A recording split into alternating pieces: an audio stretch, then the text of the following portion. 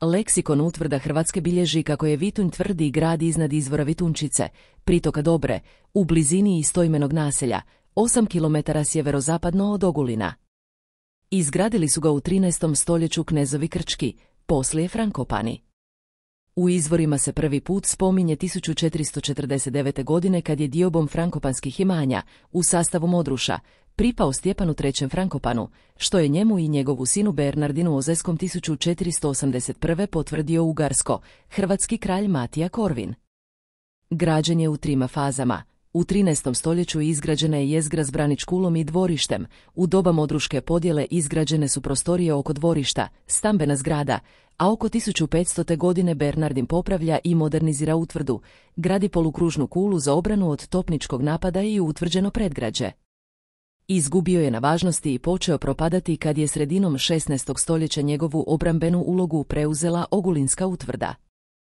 Postavši dijelom vojne krajine, bio je u sastavu Ogulinske pukovnije te se u nju, potkraj 16. i početkom 17. stoljeća počelo doseljivati pravoslavno stanovništvo iz krajeva pod osmanskom okupacijom. Postupno se raspadao. Utvrda je izgrađena na teško pristupačnoj visokoj kamenoj stijeni, izdužena višekutnog tlocrta, dimenzija oko 60 puta 20 metara.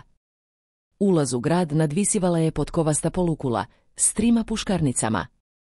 Ispred njezine zapadne i sjeverne strane nalazila se prostrana pravokutna, kamenom zidana i žbukom povezana predbrana, zapadno od koje se protezao jarak, odvajajući grad od preostalog dijela izdenka.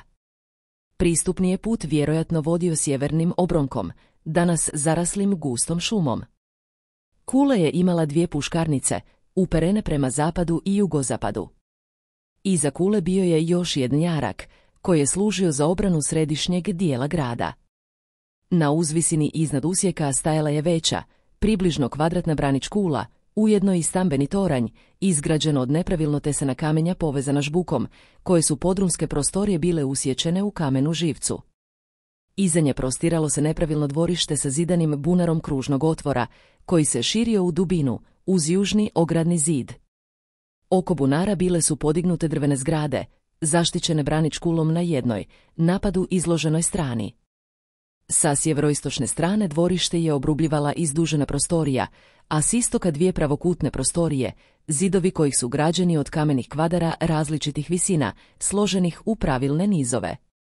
Krajnje prostorije, tanjih zidova, nisu imale obrambenu, već stambenu funkciju jer su ti dijelovi grada bili zaštićeni s juga i istoka strmim padinama, a sa sjevera strmom stijenom.